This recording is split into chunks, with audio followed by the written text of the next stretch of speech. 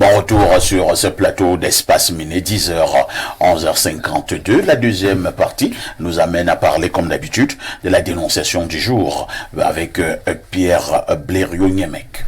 Parfois, ici, la dénonciation de ce jour est un fait cocasse, le genre que nous vivons dans les quartiers. Il s'agit d'une dame qui est cadre dans une société et qui construit un grand duplex dans un quartier. Elle est arrivée il y a quelques années, 2 ans par là. Elle a trouvé qu'une famille s'était établie dans le duplex, c'est-à-dire au rez-de-chaussée. Femme, homme, enfant. Je comprends pas, le duplex qu'elle construit? Oui, oui. Ah, le duplex n'était pas encore achevé? Non, pas encore achevé. Et elle est venue après combien de temps? Pendant un certain temps, il y a eu abandon des travaux. Oui. Elle est donc venue trouver qu'une famille s'est installée dans le duplex. Au rez-de-chaussée. Au rez-de-chaussée. Femme, homme, enfant. Elle a voulu les déguerpir de suite, ils l'ont supplié. Non, nous sommes là, nous faisons un peu de propriété haute. Elle a laissé. Des gens lui ont dit que ce n'était pas bien. Elle a continué les travaux. Elle a d'ailleurs pris le mari comme ouvrier dans le chantier. Aujourd'hui, le duplex est achevé. Et elle a demandé à cette famille de partir, proposant même de l'argent pour rechercher un loyer. Sauf que la famille dit qu'elle ne peut pas partir. Aussi simple que ça. Voilà. Et donc, elle n'arrive pas à les déguerpir de là. Voilà. Nos dénonciations de plus en plus se ressemblent. Ils sont dans le duplex au rez-de-chaussée toujours. D'ailleurs, elle a des soucis parce qu'elle a carrelé, dit-elle, tout le duplex, sauf l'espace qu'ils occupent. Mais il lui oppose une fin de non-recevoir. C'est à Yaoundé. C'est ici même à Yaoundé. Alain Douk, qu'elle peut... Non mais comment réagir à ce genre de dénonciation là? C'est de la vraie sorcellerie. Je ne sais pas comment je vais commenter ça, mais c'est aussi simple que ça. Moi j'ai envie de demander plutôt, mais la dame, qu'est-ce qu'elle a fait jusqu'ici? Pourquoi elle ne touche pas les forces de l'ordre au sujet de cette situation, etc. Parce que c'est indiscutable. Parce que là, c'est vraiment un problème de mauvaise foi, une bravade que je ne comprends pas de la part de ces gens à qui elle a fait montre quand même d'un grand élan d'hospitalité. Je ne comprends pas ça. Hein? Est-ce qu'il y a un arrière-plan, comme je disais, c'est pas moi, à la sorcellerie, on cherche querelle là, une querelle qu'on va instrumentaliser pour essayer de faire quelque chose, je sais pas moi, qu'on commandite en sourdine là, qu'on est en train d'ourdir contre la dame, parce que c'est hallucinant, quoi. Moi, je n'arrive pas à comprendre ça. C'est d'autant plus grave, cher Iné, que tu dis, qu'en dépit de tout ce qu'elle a accordé à ces gens, le cadre dans lequel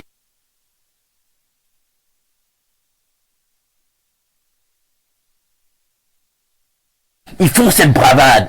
Non mais c'est un vrai problème. Ça c'est des gens qui doivent être enlevés la manu militari très rapidement. Très rapidement. Qu'elles trouvent les moyens de les faire déguerpir. C'est des gens de très mauvaise foi. Bon, d'accord. Blériot, est-ce que la dame s'est quand même rapprochée des autorités judiciaires? Rapprochée du chef de quartier d'une part, ensuite de la police. La police lui a dit qu'elle n'a pas le pouvoir de déguerpir. Oui. Oui, que c'est une action en justice. D'accord. Alors, Rodrigue Adalbert, évidemment, moi, face à ce genre de situation, je soupçonne souvent, rapidement, c'est la sorcellerie, mais je laisse un peu la sorcellerie de côté. Alors, face également à ce genre de situation, je soupçonne souvent le fait que probablement celui qui oppose une telle résistance, entre guillemets, peut-être que il te tient quelque part. Est-ce que... Parce que je comprends pas, parce que pour moi c'est comme si ce sont des contes de fées. Quelqu'un a construit sa maison, un beau matin il arrive, vous êtes même déjà là, il ne sait pas là où vous sortez, vous suppliez, bon il vous laisse. Maintenant il finit dans son duplex, il vous demande de partir, il vous donne même l'argent pour aller chercher un loyer ailleurs, vous dites que vous ne partez plus. Est-ce que peut-être le monsieur a les nus de la dame là? Vous savez ça la montre? Non, la dame n'est tenue par personne. Il y a un vrai problème qui se pose là. Ah bon? Et il faut l'identifier. C'est que des gens, cette famille, occupe l'endroit en question gratuitement. Tout à fait. Voilà. Depuis je ne sais combien de temps. Ça fait des années. Hein. Mais maintenant, ce n'est pas des gens qui sont préparés à affronter les dépenses. On peut beau leur donner les moyens là maintenant.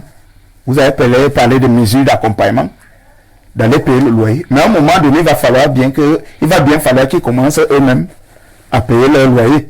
Pourtant, personne ne leur a jamais parlé de loyer là où eux ils sont là. Non, mais avant, là, ils faisaient comment? Ils squattaient un autre endroit où c'était gratuit. Mais si c'est fait, monsieur Randu, que c'est en train, c'est le salut de la rue. Je sais que vous montrer un élément que vous n'avez pas décelé. Il y a des chantiers à faire ici qui sont occupés à Yaoundé. Quelqu'un trouve un chantier abandonné ou pas, il s'installe là, il arrive là avec 2 enfants. D'autres sont un polygame. 3 ans après ou 4 ans, il est à 4, 5, 6 enfants. C'est-à-dire il fait sa journée là, à cet endroit-là. Et il n'a aucun problème, il n'est pas gêné. Et ce sont ces enfants-là qu'on voit jouer, parce que c'est des enfants qui ne vont pas à l'école, généralement, et qui jouent là, qui troublent la tranquillité des gens au quartier. Tout.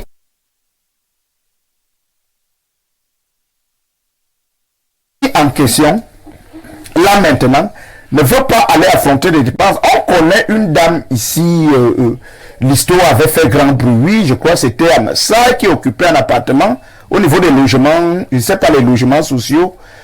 La dame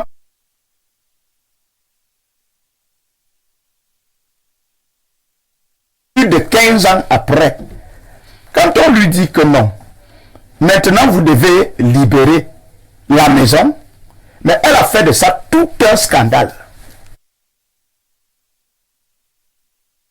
Va s'occuper de ses charges et de ses dépenses-là à vie, donc infiniment. Moi, je pense que vous avez parlé de sorcellerie tout à l'heure. La sorcellerie, en fait, s'explique.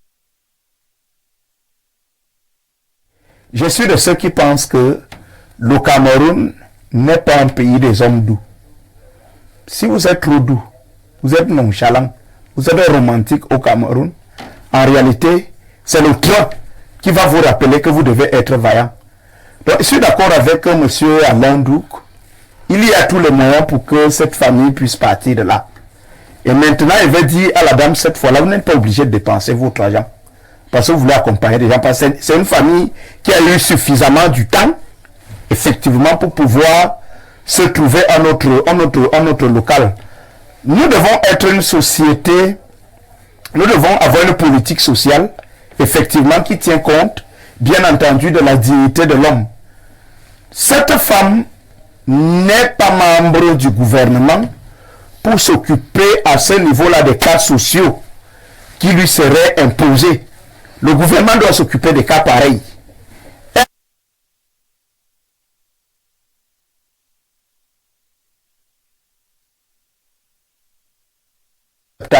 Elle doit utiliser tous les moyens pour se débarrasser de ces gens-là.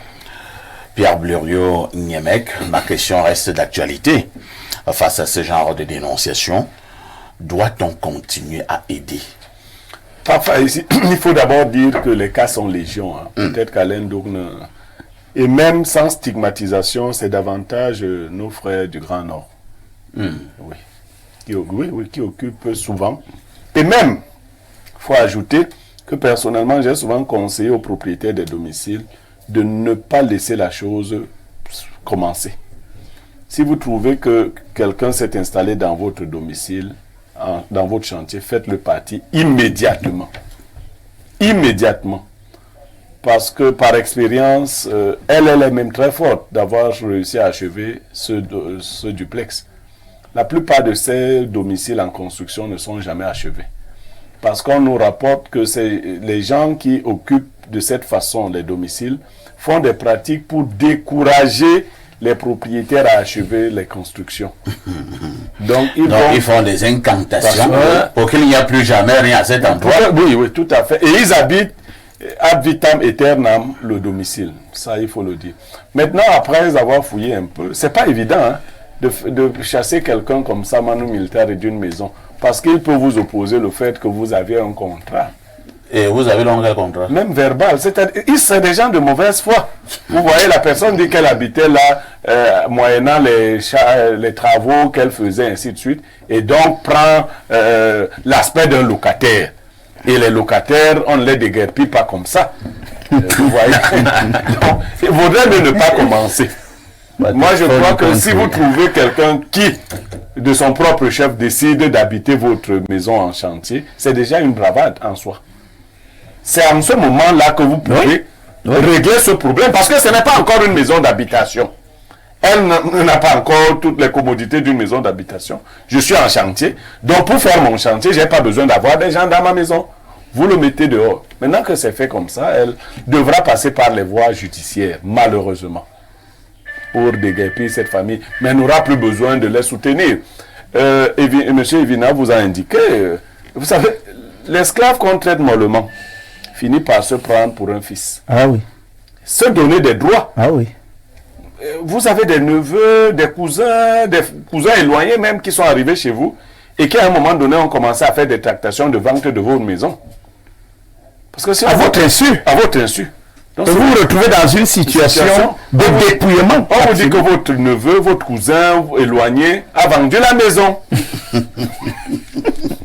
Oui. Et puis les oncles vous font asseoir pour dire que tu ne vas quand même pas envoyer votre frère en prison pour des biens de la terre. Ce sont les biens de la terre. Il vous sortez les proverbes. Voilà. Mais tu me nues. Voilà. Voilà. Alors vous avez perdu toute une maison. Les sacrifices de plusieurs années. On vous sort des proverbes. Bon, vraiment, entre-temps également, au regard d'Albert Evina, nous avons eu des cas, hein, on va élargir un peu le débat. Certaines personnes qui sont même vraiment des vrais locataires, à un moment donné, celui-là, il est chez toi depuis 2 ans. Il a peut-être donné l'avance de 10 mois, après n'a plus jamais rien donné. Vous lui dites même que bon, allez-y, avec même le 1 an de loyer impayé que vous me devez, laissez même aller avec. Je vais mettre ma maison à la disposition de quelqu'un d'autre. Le monsieur te dit qu'il ne bouge pas. Et il reste encore dans cette maison pendant 2 ans, 3 ans. Oui. Vous l'amenez en justice, rien. Les huissiers viennent faire des sommations, rien. Ainsi de suite. Comment vous expliquez ce cas? Mais Blériot parlait de la mauvaise foi. Il y a des gens qui se constituent comme des commandos. Quand je parle de commando, c'est l'usage, je vais dire très sauvage, de la force pour arracher les biens des gens. En dehors du loyer, il y a même le secteur immobilier. Non, si vous mourrez même entre-temps, il devient propriétaire de la maison parce que... Bien entendu, systématiquement.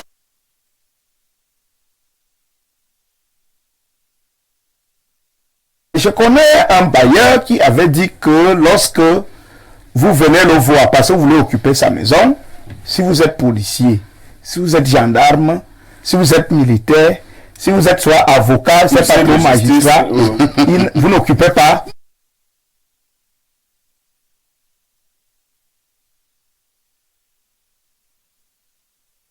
Les gens qui connaissent trop les lois. Voilà. Et puis qui par après vont trouver des motifs et des moyens en réalité pour lui dire à quel point il n'a même pas droit de revendiquer l'argent du loyer. Surtout que parfois ici au Cameroun aujourd'hui, des gens sont aptes à bafouer facilement les décisions de justice. Les exemples sont légion. Des exemples sont légion. C'est souvent trop facile de parler du Cameroun qui est en état de droit, mais pour que ce Cameroun soit réellement en état de droit, cela nécessite le courage du peuple véritablement à défendre ses droits par tous les moyens. Il y a des gens, comme vous prenez l'exemple, votre maison est là. Depuis peut-être de 10 ans, 15 ans, vous ne vivez que du fruit de vos sacrifices, de vos efforts et tout. Mais quand il vient s'installer là en tant que magistrat et puis il commence à vous citer des articles, souvent même votre maison est normalement enregistrée aux impôts. L'État sait que vous êtes un bailleur, vous avez construit des maisons, vous prenez l'argent du loyer, ce qui est de votre droit, la loi vous le permet. Mais parce que lui, il a quelques amis qui sont peut-être haut placés, ou alors qui sont, je ne sais pas, des anciens camarades de classe et autres, mais ça lui sert de bras de ceinture lourde, de ceinture solide, justement pour vivre chez lui, chez vous, comme il entend, comme il pense. C'est pour ça que moi j'ai souvent pensé que au-delà de la justice et tout ce qui se passe, je crois qu'on doit pouvoir même se faire entourer par, je voudrais dire quoi, par une justice qui est naturelle, qui est africaine. Je ne veux pas parler des affaires de nos villages. Parce que si vous venez, vous prenez ma maison comme ça, de cette façon-là, je crois que je vais aller pleurer devant mes oncles. Et je ne vais pas rentrer de là main vide. Je vais certainement rentrer avec des moyens qui feront en sorte que, lorsque vous allez même vouloir partir, il va vous dire ne partez plus. Mais la vie va être compliquée pour vous. Merci beaucoup. Hein. Ça a l'air des menaces au sommet. Lisons quelques préoccupations de nos nombreux téléspectateurs. Bonjour à tous les démineurs. Je suis Eric et je vis à Koto depuis 2012. Ces gens vivent dans ces chantiers, enterrent les leurs dans ces chantiers-là. Quand ils décèdent, si on creuse, on verra des ossements. Dans ces chantiers-là, ils vont rarement dans les cimetières pour l'enterrement. Quand quelqu'un met les bébés et les adultes, vous entendez les pleurs et tout, mais tu attends qu'ils sortent pour le cimetière rien.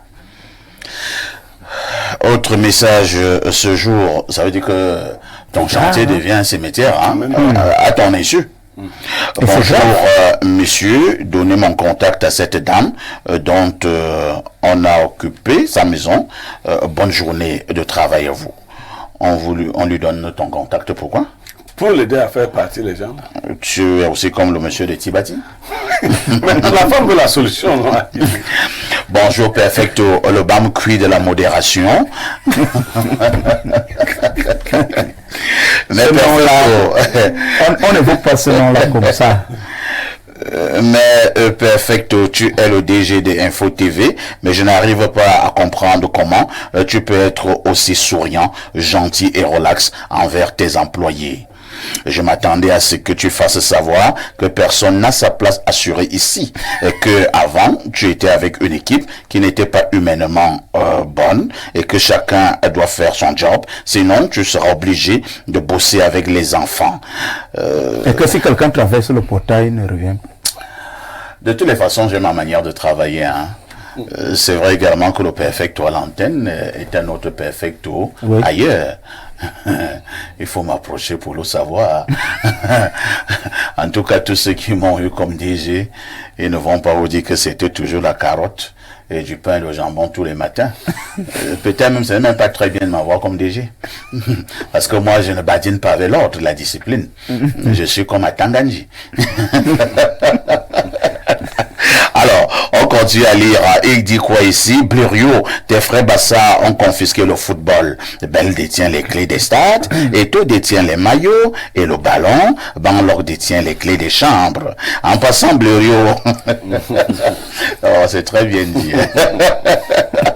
En passant, Blériot, j'ai vu ton nom qui est en train de chauffer dans un forum des Églisiens. Ils disent que tu es un traître et que tu es jaloux d'Eto parce qu'il a redonné au football camerounais toute sa grandeur. S'il te plaît, Blériot dit aux Églisiens que nous voulons que leur pasteur remette la grandeur du football à l'endroit où il avait trouvé et que pour le moment, tout ce que nous lui demandons, c'est de redonner au football camerounais tous ses maillots.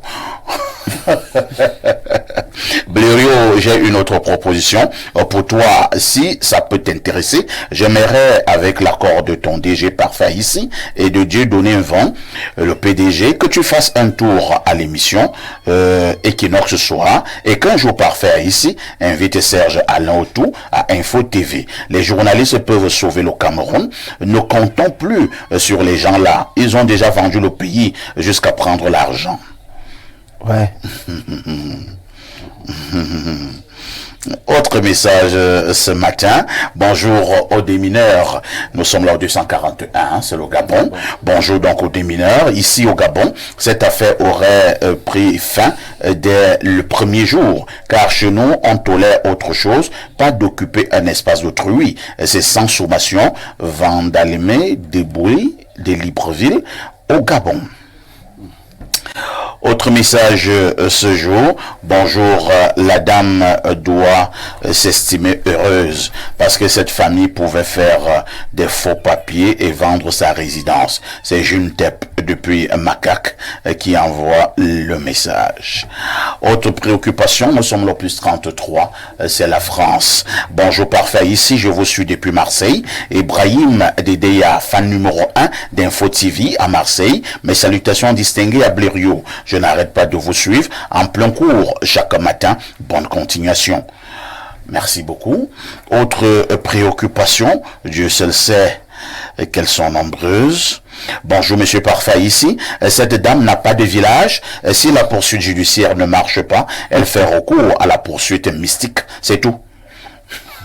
J'ai parlé de nos villages. Incroyable.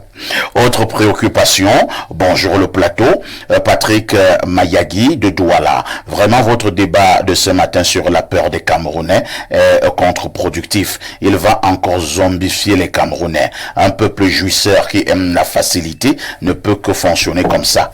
Finalement, alors qu'est-ce qu'il dit? Vous ne dites pas la même chose? La preuve, nous adulons des individus qui terrorisent les Camerounais, mais le karma existe un jour. Il me pose la question de savoir, Fouchivé est où?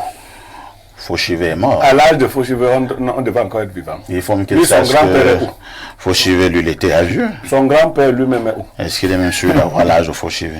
Tout le monde même. Autre message ce matin. Bonjour, Perfecto. Le fond du problème reste et demeure. Comment ces gens sont entrés dans le duplex?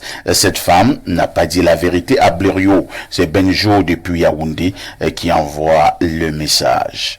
Autre préoccupation ce mercredi matin. Alors, bonjour, Perfecto. Eto est vraiment l'envoyé de Dieu sur la terre. Il est déjà sur la croix. Il manque juste les clous. Bienvenue des Kounou. Autre préoccupation. Bonjour, le plateau.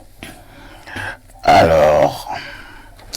Pour la dénonciation, la dame doit faire très attention. Parfait, je connais l'histoire d'un monsieur qui avait un locataire. Un jour, ce dernier perdit son fils et il supplia son bailleur de lui donner l'espace pour inhumer son enfant, estimant que son village était très loin. Au jour d'aujourd'hui, le bailleur a perdu son terrain et sa maison, puisque le locataire a démontré, avec preuve, qu'il s'agit de son terrain et la tombe de son fils et qu'il a pris le soin d'aménager. Nadège depuis Douala. Blériot, tu entends ça? Moto et bobé. Il arrive là. L'homme est mauvais. C'est trop fort ça. Incroyable. Je vous amène aux États-Unis. Que dit Franklin depuis Scranton aux États-Unis? Il dit ceci. Bonjour parfait ici et à tout votre plateau. Mon père avait eu cette situation décrite dans la dénonciation et n'arrivant pas à faire sortir le locataire clandestin, il a vendu la maison. Incroyable. Tu es obligé de vendre ta maison. C'est terrible, hein? Ah non. Autre message, nous sommes au 240, c'est la Guinée équatoriale. Bonjour le Marc Brice de la modération qui montre à tout le monde qu'Eto et lui ne sont pas des combis, raison pour laquelle il a fui avec le ballon et le bus. Malheureusement, j'ai perdu un grand frère à cause de ce problème de Mincep et Fekafoot. Malheureusement pour lui, je reste hibou et fier de l'être. Blériot Niemek Jean Bruno Tagne restent mes deux mentors. Pour la dénonciation de ce matin, c'est une grosse blague. Il faut une bonne bastonnade. Ils partiront très rapidement. Chacun résistant doit être bastonné. Vraiment, c'est amusant. La maison de qui? C'est la vraie sorcellerie. Même le plus grand sorcier finit toujours par tomber sur plus fort que lui. C'est Jules Hervé Faumont. Depuis Bata, nous sommes à la maison pour... un frère, c'est le jour anniversaire du président de la République. Une autre blague, n'est-ce pas? Moi, je ne sais pas si c'est une blague. Vous pensez que si le président de la République a son anniversaire, vous devez rire, n'est-ce pas? Obiangema, lui, n'est pas comme un autre président. Hein. Si c'est Fomo qui là, essaie donc d'aller dire là-bas que c'est une mauvaise chose. Obiangema, lui, il a encore les métaux du village. Et tu déranges, on te met à plat ventre, on te fouette. On te fouette, oui, on te fouette. Et tout et tout. Vos histoires là que la démocratie est montée, c'est descendu. Sur Biangame, il faut pas aller doucement. À tout de suite pour la suite.